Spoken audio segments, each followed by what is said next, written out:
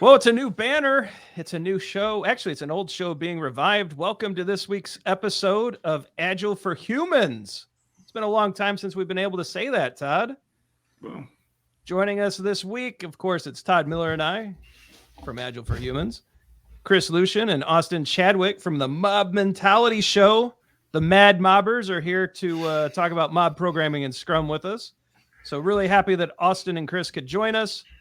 We had a really good conversation. I'm not sure the timings of the releases, but we joined Austin and Chris on the Mob Mentality Show and had a great time talking with them. And we thought, you know what? Why not do a crossover? Have them come over to Agile for Humans. We'll cross-post everything so that the Mob Mentality audience can check out Agile for Humans. The Agile for Humans audience can check out Mob Mentality. And hopefully everyone plays nice. Everyone behave. Yeah. And with some new people, some new friends, and we'll get that going. So first of all, guys, welcome. Thank you. Yeah, great to be here. Super excited. Yeah. Yeah, so I think we're just going to pick up our conversation from when you had us on, and I know we were talking about, does mob programming replace Scrum? What do some of these things look like? And of course, I don't think we landed on it replaces it, but I think it looks a lot different. I think that was kind of where we went, but curious where you guys would like to pick this up at. Yeah, maybe one thing that comes to mind that I think we brought up at the end of the last time we had a recorded conversation together was this idea of selecting certain stories for mobbing, maybe in something like sprint planning, and other stories for not mobbing, and so, I think that might be rich place to take off here. So, I think maybe for me, the first thing that comes to mind is what would qualify a story to not be mobbed or to be mobbed. Yeah. I'm just wondering if I've been excited to talk about this because I've got so many things going through my head with this. And I wonder, so it's been my experience that teams that are in sprint planning that try to decide too much stuff ahead of time end up falling in love with their plan and trying to execute, even if it's a 1 week sprint, executing on a plan that ends up not bearing any fruit. Yeah. So I think that the way we kind of ended it was like, when you're in sprint planning, how do you know which PBIs that you're going to mob? And my thought would be, we may or may not. It depends, right? They're $250 an hour now. It depends. Yeah. Well, so I think a lot of it's going to kick it. Yeah. A lot of it's going to come down to whether or not the mob, which I would call the developers, whether or not they decide to pull it in. And so a lot of that's going to go back to some sense of refinement. Has the mob been looking at stories or product backlog items, whichever terminology you want to use, that are coming up? I mean, are we in a mob programming sense? Do we ever kind of break out of the present, right? The present would be the current sprint's work and kind of look at the future, which could be things on the product backlog. Are opportunities built in to do that? Yeah, I think, maybe just speaking specifically about our environment, we do pure decisions based on cost of delay. So like if the product owner, is saying, hey, look, this will be really valuable to customers. And in the meantime, the team is on board with that. Maybe there's very few known unknowns to the thing that needs to be executed on. Then it'll just be picked up, mobbed, released, right? And so, in that sense, the forward looking is can always be changed, right? Right. And so we're not specifically planning out a number of things to do. We're just saying, like, hey, let's just get this one thing accomplished, get it out to the users. Sometimes they're batched, maybe for like a trade show or something along those lines, feature flag them off, but keep them in production, that sort of thing. But I think in general, we pick up the things that are most important to customers and get them out there as quickly as we can with high quality and things like that. So that's a little bit of how it happens for us. So what I'm hearing there, and Todd, maybe you picked up on this too, is that there needs to be some serious skills in your product management. The product owner really needs to understand domain, what they're trying to accomplish, have that work broken down so that a mob could even execute on it. I mean, it sounds like there's got to be a lot of discipline in that product owner accountability to even be able to be in that position to pull that work in. Does that sound right? Yeah. Go ahead. Well, yeah, for no, me, you go. No, you. Yeah, no, you go. You. So for me, it basically, I think that gets blurrier and blurrier the longer I've been mobbing, in the sense that those skills, so mobbing where you have front end, back end, all the different technical skills, right? Those start to blur from, being T-shaped to more M-shaped type people. And I think the same thing starts happening from a product perspective, where there's coaches or people with product mindsets within the mob as well. They've grown those skills. And so, so for example, like a very specific example that came up recently was a product owner, basically a product person came to us like, I have this vision. This is an innovation for whatever industry we're working in. I have no idea to break it down. I have no idea, and so what it was really cool about it is it turned into a very collective product planning type scenario, where we took this vision, we understood the problem statement, understood the problem of the customers together, we diagrammed together with the product person, and then we broke down several options, like looking for a bargain hunt that, most value for the least amount of work kind of thing. And we came together and we've been executing on that. And so I think, yes, it is great to have a very skilled product person, whether that's, traditional style product management, or someone who's really trendy and who's got like all the A/B testing and analytics and all that stuff. But from what I've seen, usually in a mob, there's someone who can facilitate that discussion, even for someone who just comes raw with the vision or raw with feedback, and can kind of coach that in. So it depends, like you said, Todd. Yeah. I was also in a meeting yesterday, actually, and it was, things out of the product owner's mouth that I think, years after talking to the mob that they've been working with, would say things like, okay, well, what's the next vertical slice that we can work on? But in the past, it was very much like, this is my grand vision, and it became kind of more of a negotiation. And so I think it's just people leaning on each other to learn together iteratively, right? So today, our product owners more often than not speak about vertical slices and the short-term easy win versus like the long-term vision, and also feature flagging is part of the normal vocabulary. But these were all terms that were just not there years ago. And even then, like, the team wasn't feature flagging, and when they started, then it started to work its way into the vocabulary all the way out to the business.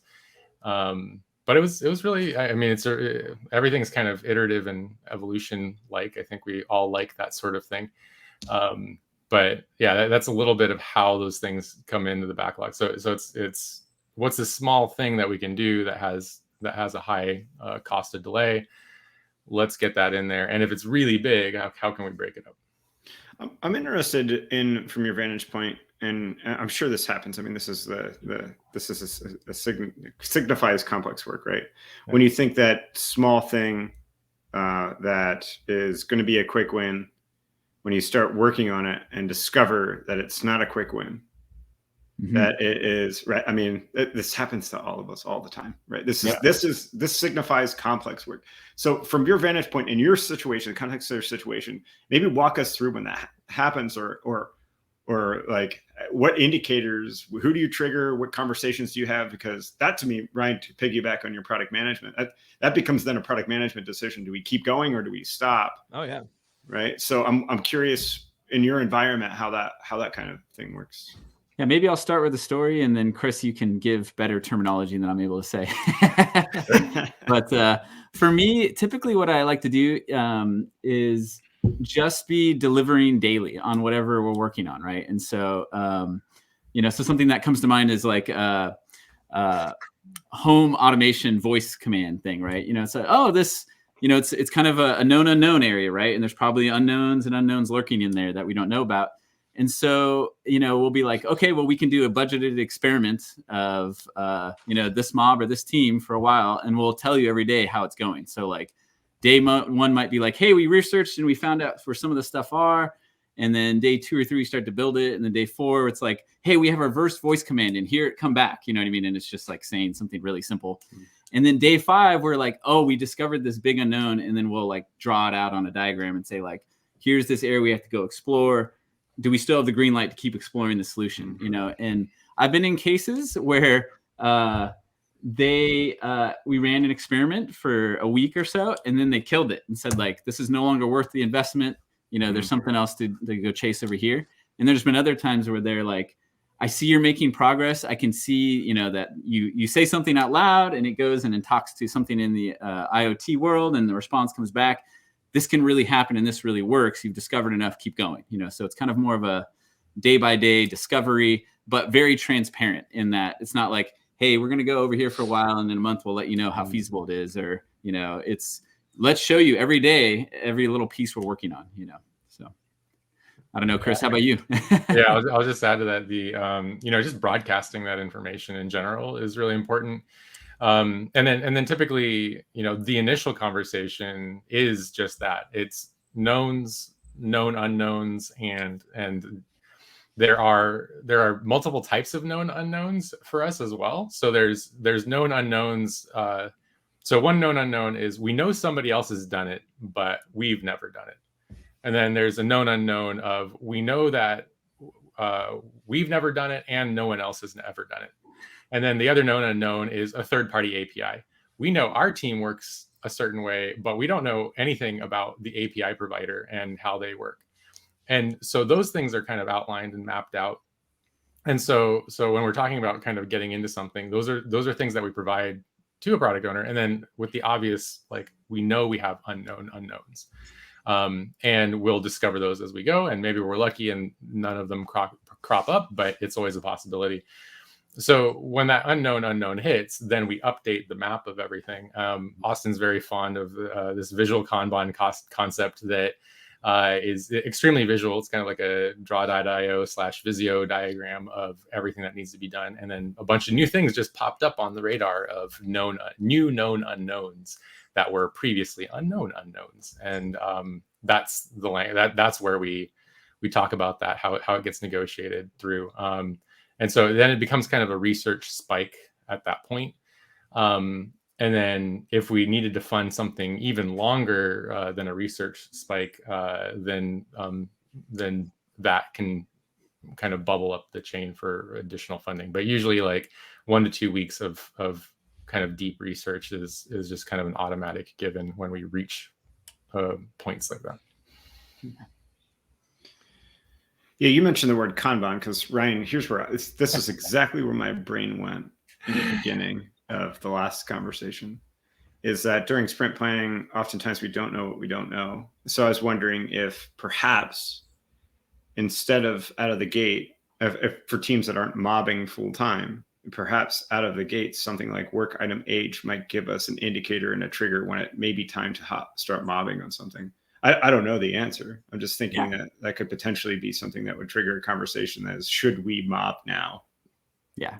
And one thing that I'll say right out the bat on that is, and I think I can speak for you, Chris, but feel free to correct me afterwards on this one. We're big believers in the team decides, right? So free choice, and that, you know, it's not like, hey, you know, me as the coach or me as the Scrum Master decided you guys are going to mob this one or whatever, right? And so it's always a choice at any time. So it's you know, like in the open space conferences, the law of 2 feet, and I'm forgetting some of the other laws, but basically if you're not learning or contributing, you can, you know, move away from the mob or, you know, do something on your own or whatever. And so, but because of the way we hire and things like that, we seem to attract a lot of people who want to mob almost all the time. And so our interview process is mob programming and all that. And so what tends to happen a lot is everything gets mobbed. And so I know that's a wild, crazy experiment that most people don't operate that way. But because of the type of people that work where we do, everything gets mobbed. And it's been really interesting to do that and see the side effects and the side effects of the side effects on should this have been mobbed or not, given that we did mob everything. And so I have more there, but that's the start of the answer. Austin, I'm always curious about that discussion. And has anyone within the organization that you're working with, has anyone ever looked at the cost of the mob versus the value delivered and just completely dispelled the myth that mobbing is way too expensive? Like, has that math been done?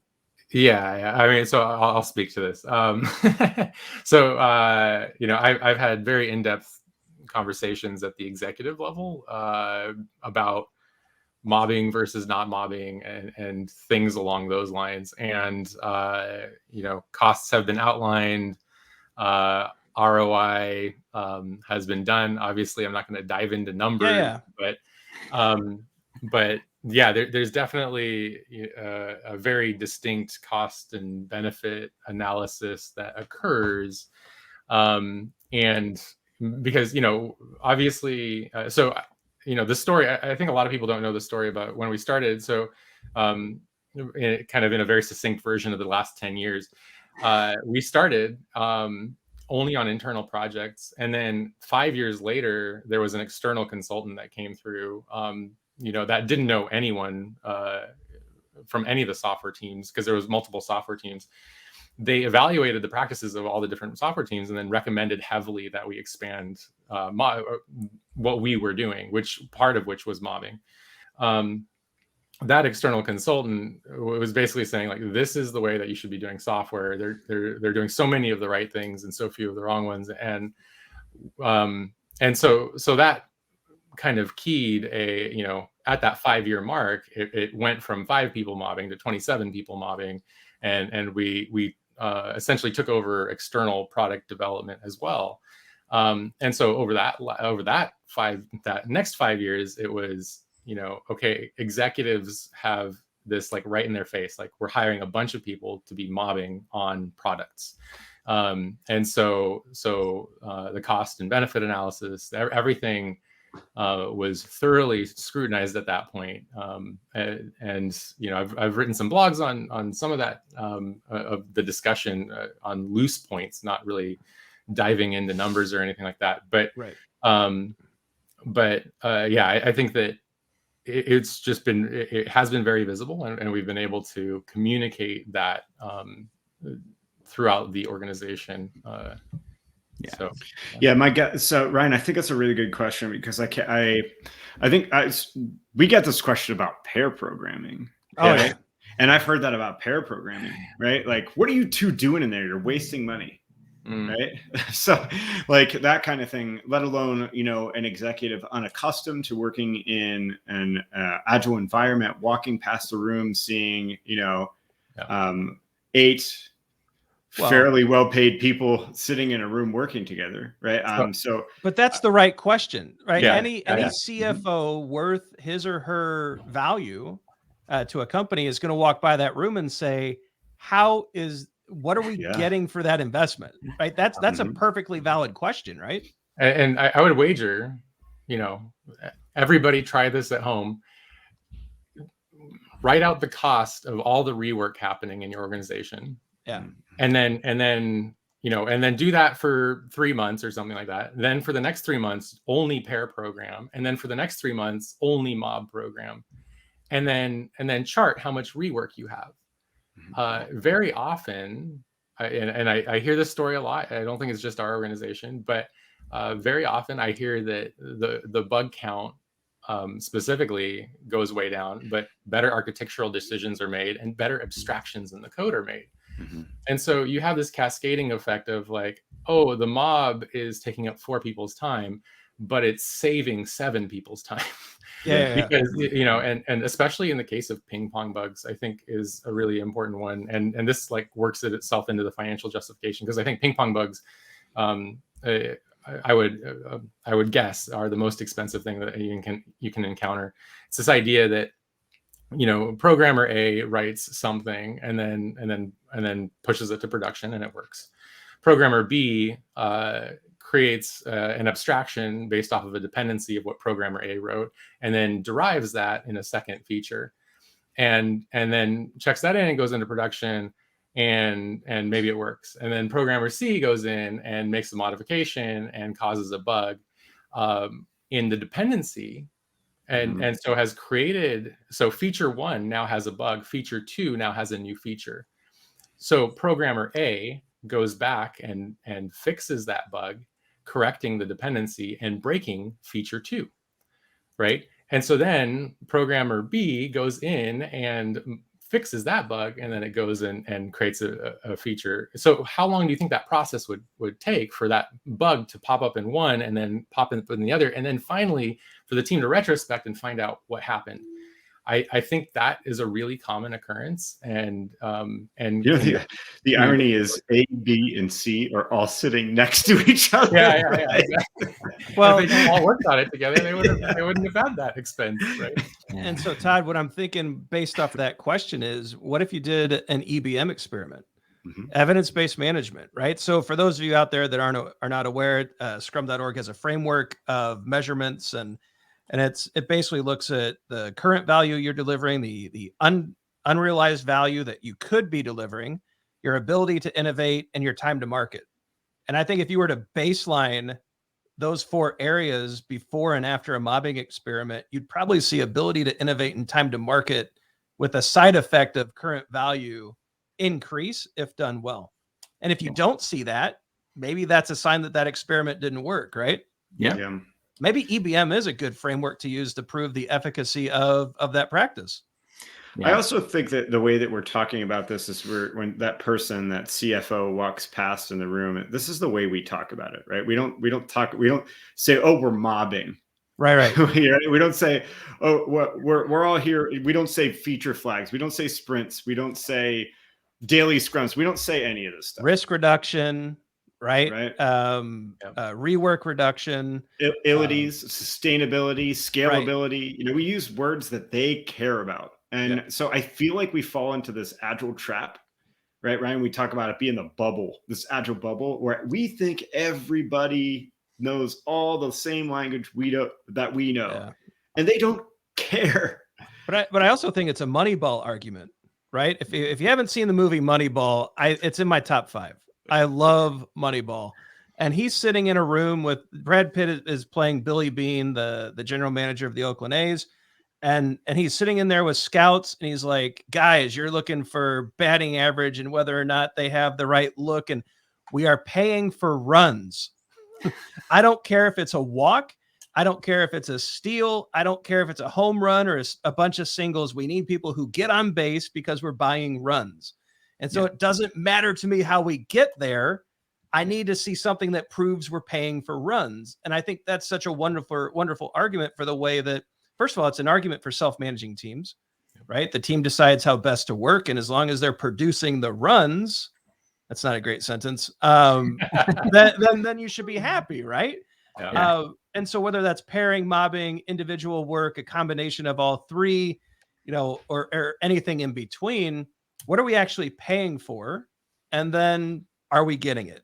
And I think that framing, Todd's right, throw out the jargon.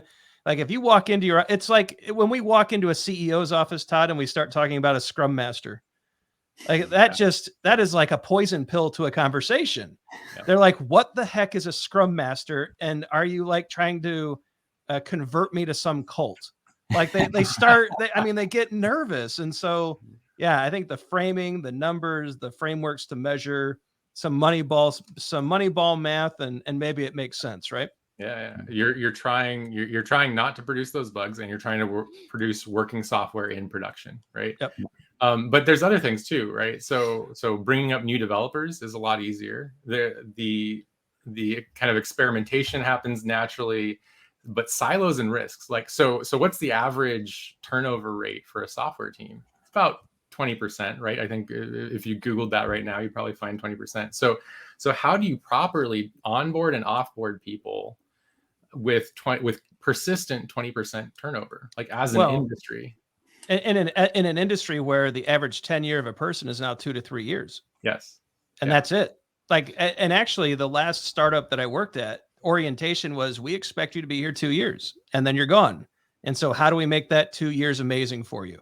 And I thought, wow, that is insane transparency and a lot of honesty.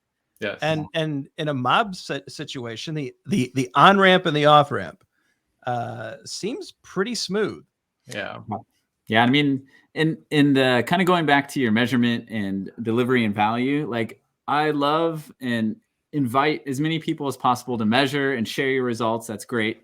I can share my experiences and where I went to, teams swimming in bugs, delivering roughly, at a decent cadence, to showing up in a place that, it's not perfect. We don't have utopia. We have problems. We have, issues like everyone else. But I showed up.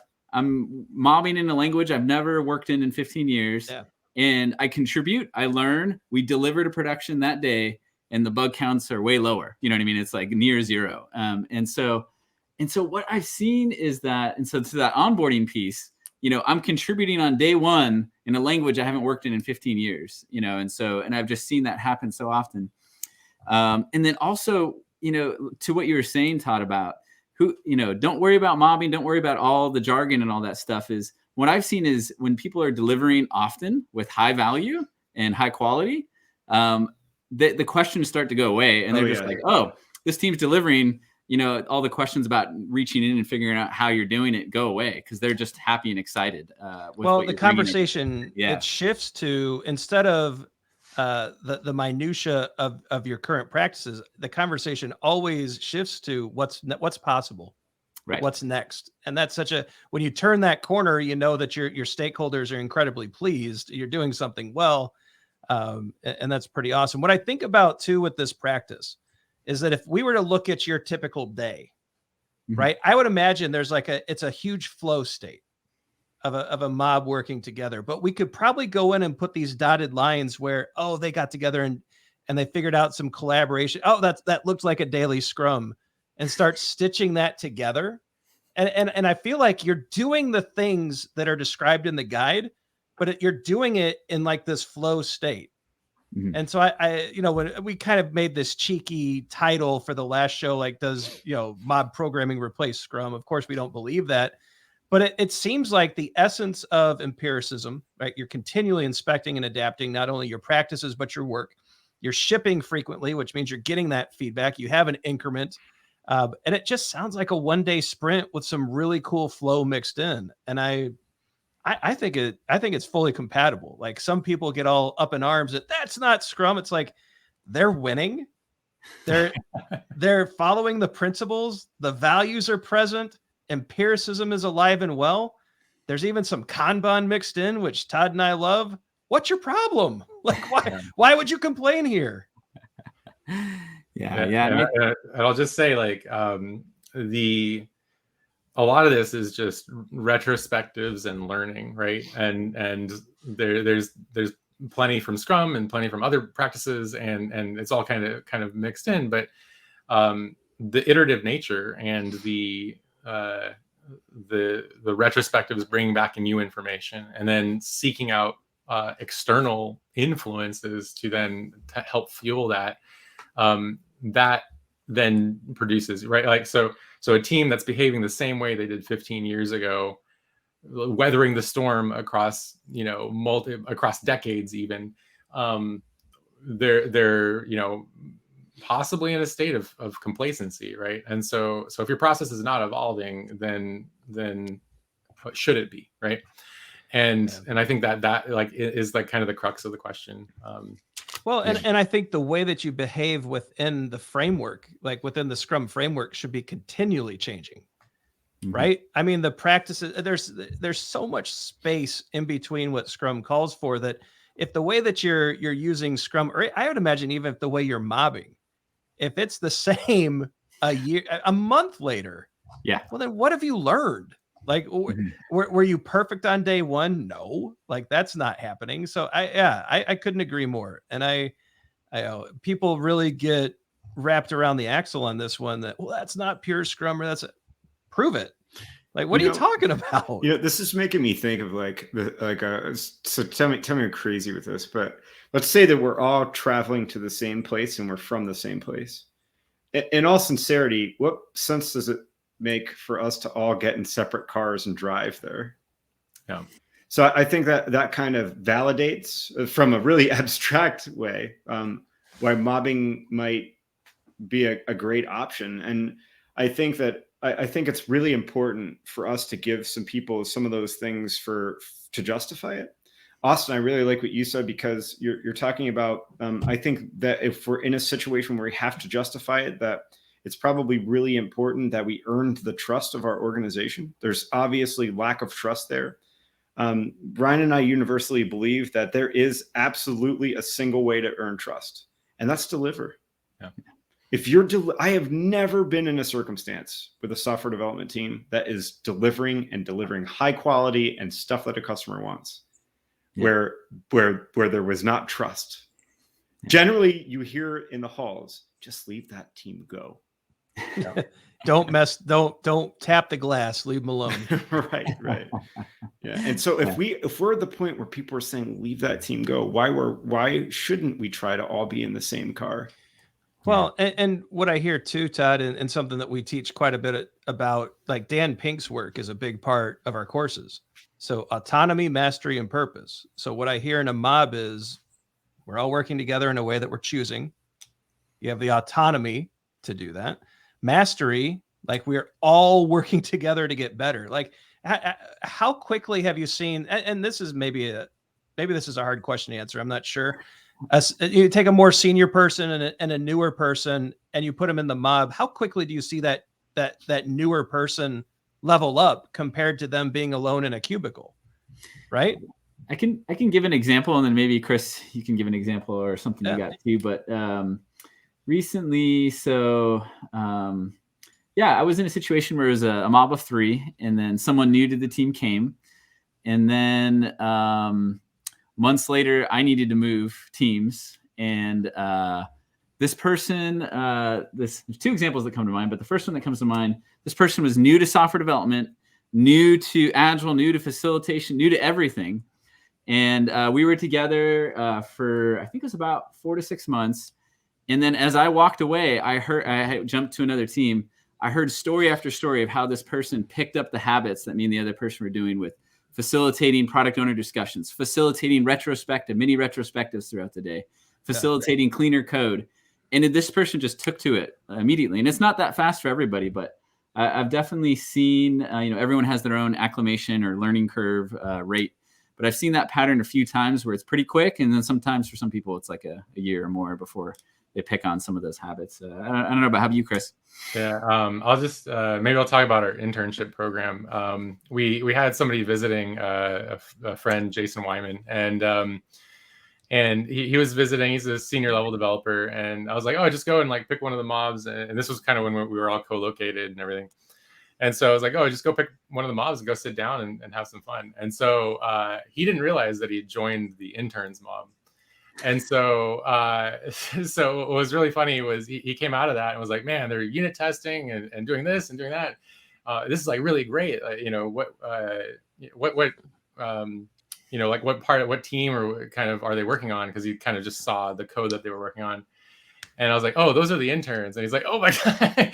And so it was just really funny because, so people that are still in college that don't learn about unit testing, don't learn about a lot of this stuff, from mobbing, maybe a few hours a day with a really senior person, a very junior level mob just like took off with a lot of these practices. So that's one of them. But I think just in general, the kind of going and talking about onboarding and offboarding. So a brand new associate developer getting into the team will be able to, from time to time, voice things that will be improvements to the code very quickly. And then that just accelerates over time. And then offboarding, very similar to what Austin was saying, but like even if somebody gives like a couple weeks notice and then is gone soon, it is very much a process of like, hey, we really enjoyed our time, mobbing together, and, have fun at your next job. It's not like, oh my God, download your brain into this document before you leave. And so I think both scenarios, we see some really cool stuff. But the intern mob, I think, was particularly funny. So I'm interested. I'm going to take a sinister angle on this. Yeah. Is it glaringly obvious when someone needs to be fired? How's that work? Yeah. Okay. So I'll dig into it a little bit because I think this questions come up a lot.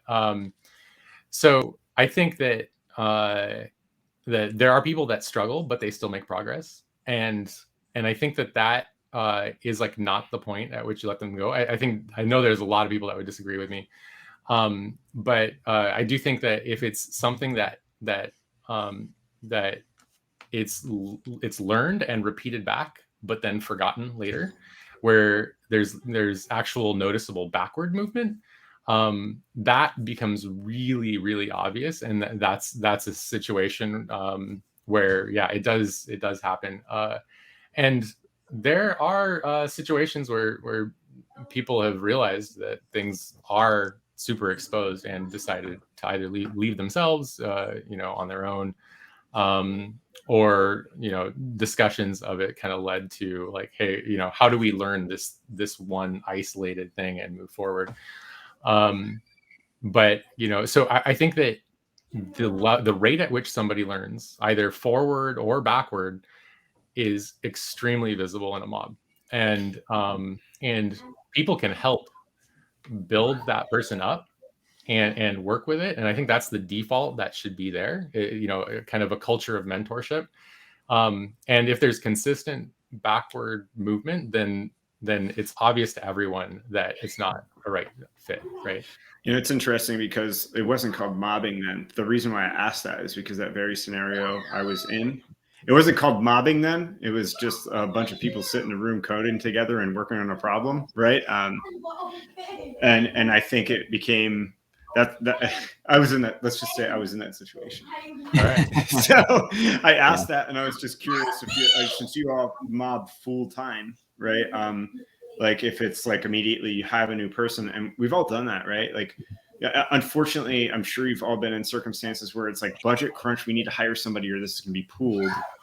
And maybe you don't take the time or do the due diligence in hiring the right person, right? And you bring that person in, and after 6 months of trying really hard, it's making everything go backwards, right? And so I was just curious. I'm sure that happens in every single environment, right? No matter how much we do our due diligence. And I wanted to hear that other people have experienced that. I think it is easier to hide, though, outside of a mob. Like it's ultimate transparency, right? And so we got to be careful there too. The last part of Pink's work is purpose.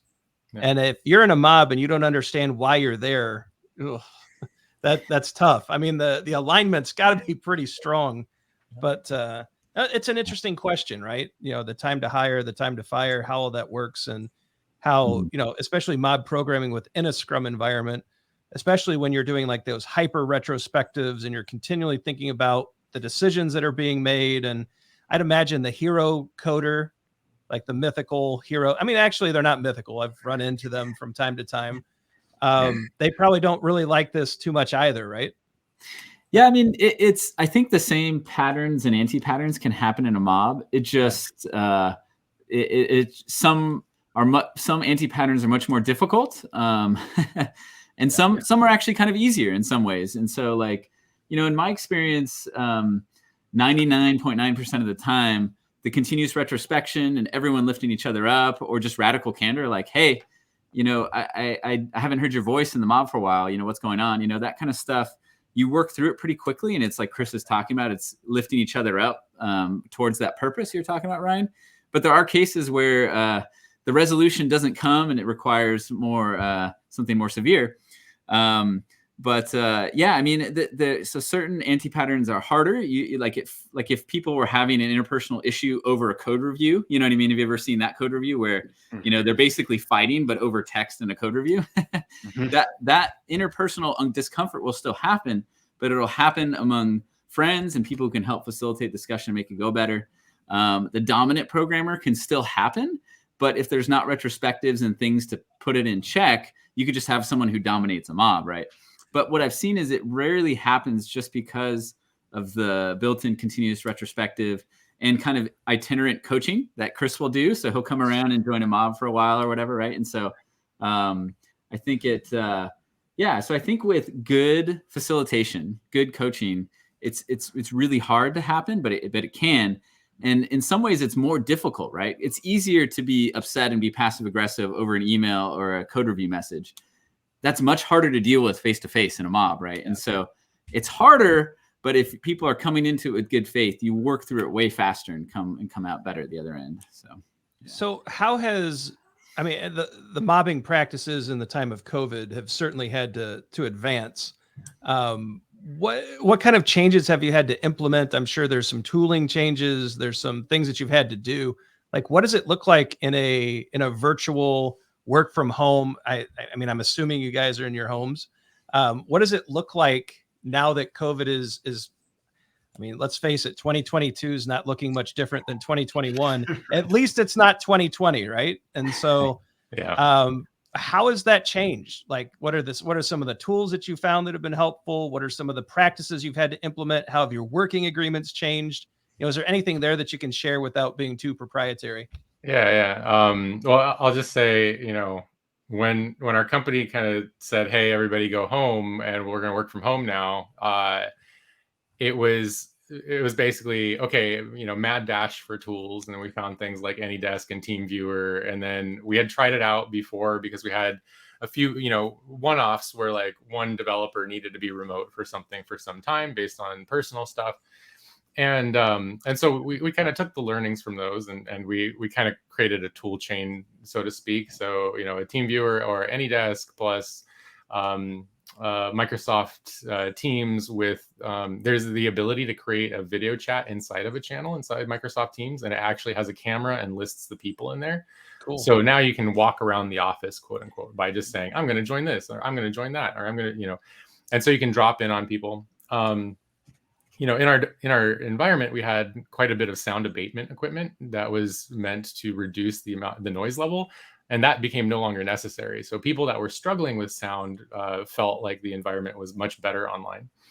And so then we kind of, shifted a lot more to cloud resources versus on-prem, although some of our stuff is still on-prem for doing our work. And a lot of it is just remoted into. And then gradually, I think that it just, a lot of the work became much more cloud centric, and we do pretty well that way.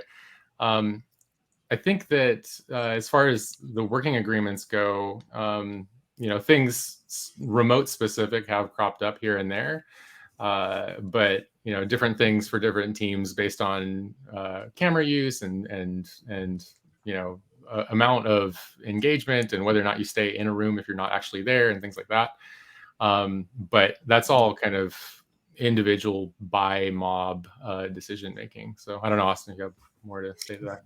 Yeah, no, I think you covered a lot of it really well. I mean, one of the major shifts was the pranks, so we used to like have Nerf guns that you'd fire at each other, throw the bullets over the wall, and so now we had to shift to more like, oh, I'm frozen kind of pranks and stuff. But one of the first things I noticed is when we used to push code, the mob station would play music, the Push It song, but it would no longer play for us because it was in the remote machine that we used to mob in.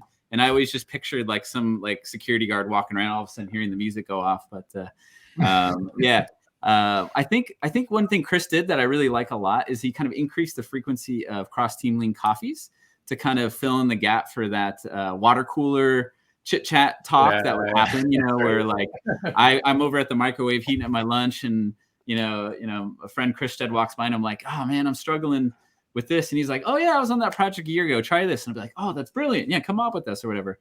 And so what Chris will do, you can want to describe it, Chris? Yeah. I just randomly shuffling people between teams to have a 1 hour lean coffee where one of your items is work related and one is not work related. So you just get that. It's a simulation, an online simulation of water cooler chat that may happen. And that's been really effective. And then we do something similar between departments, focused on work related mainly, but still involving multiple teams so people can hear each other's stories. So initially our first experiment there was just to have like a room in the morning there where everybody could just join and talk. And it sort of worked, but it wasn't, it kind of wasn't enforced. And so the cross team lean coffees is like, you have a meeting invite, it's an hour long, and you're going to be talking to one other person from each other product that you're working on. And that's been really effective. Yeah, I'll tell you what, guys, this has been a lot of fun, and really appreciate your willingness to talk about mob programming alongside Scrum and some of the the remote things that you've had to do. And I think it's a great discussion for those even thinking about mob programming. There are going to be some out there who say that we're evangelizing a little too much. And I hope we tempered that a little bit with the idea that, you should have, some kind of framework around the experiment, right? I think it's totally appropriate to use EBM. So like evidence-based management, some kind of pre and post value analysis. It sounds like, Chris, you've spent a lot of time in the CFO's office really justifying the practice. And I think that due diligence is correct and appropriate. Yep. And so this is not just an evangelizing of a practice. This is a call for an experiment. We think it can run very well within a Scrum team, but make sure you've got the boundaries and constraints and the goals and the expected outcomes in place so that you can actually measure against that and make sure that the choices that you're making are actually lining up with company needs and expectations and financial goals. All of that due diligence is necessary and important. And don't forget that. And we think EBM could be a great way to do that too. But guys, this was fun. I hope we have a chance to sit down and talk some more shop someday. I think the remote nature of your work is especially interesting. And I'd imagine a lot of questions are going to come in about that. So we might ping you for some follow-up. But just want to give you an opportunity. Anything you want to promote, anything you want to talk about. I don't know if you have a mob programming book yet or any kind of online resources or anything that you'd like to plug. But now is your time to get anything out there in front of the audience. Well, we do have a podcast called the Mod Mentality Show. Yeah. And that one does work.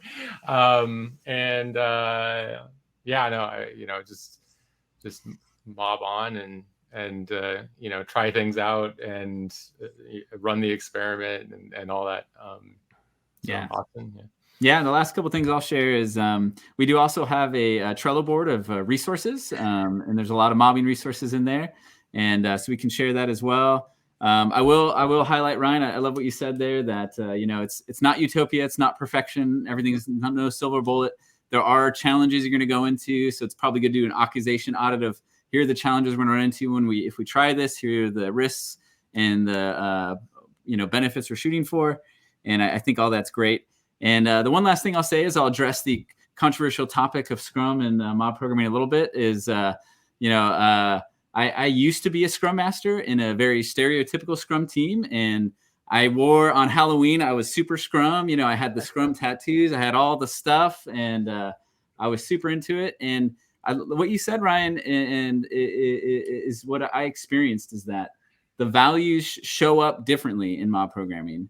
They don't show up in the stereotypical way that may be taught in some places, like the very external, meetings or these kind of things. They just show up differently. And I just wanted to shout out that was true in my experience. And in some ways, reintroducing some of those values into a mob programming team helped spur improvements forward. So whether it was a stand-up where the communication was lacking or, something like that, more visibility to items and things. So, that's what I'll shout out. Very cool. So Todd, any thoughts you can add before we call this done? Thanks, guys. Maybe if we ever travel again on the West Coast, I can hop into a mob. Yeah. Austin, I hope you don't kill me for this, but he's not lying.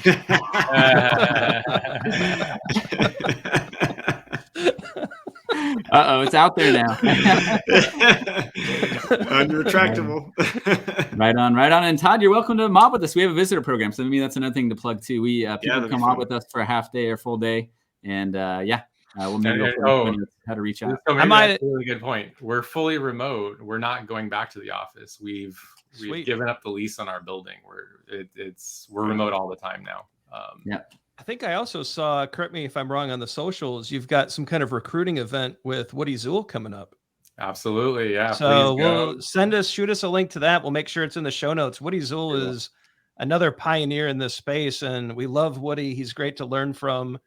And so if you can check that out, I think it's on Eventbrite. We'll put that in the show notes too. That you should definitely check that out. It's an awesome opportunity to check out what Austin and Chris are up to, work with Woody a bit, and it looks like a fun event.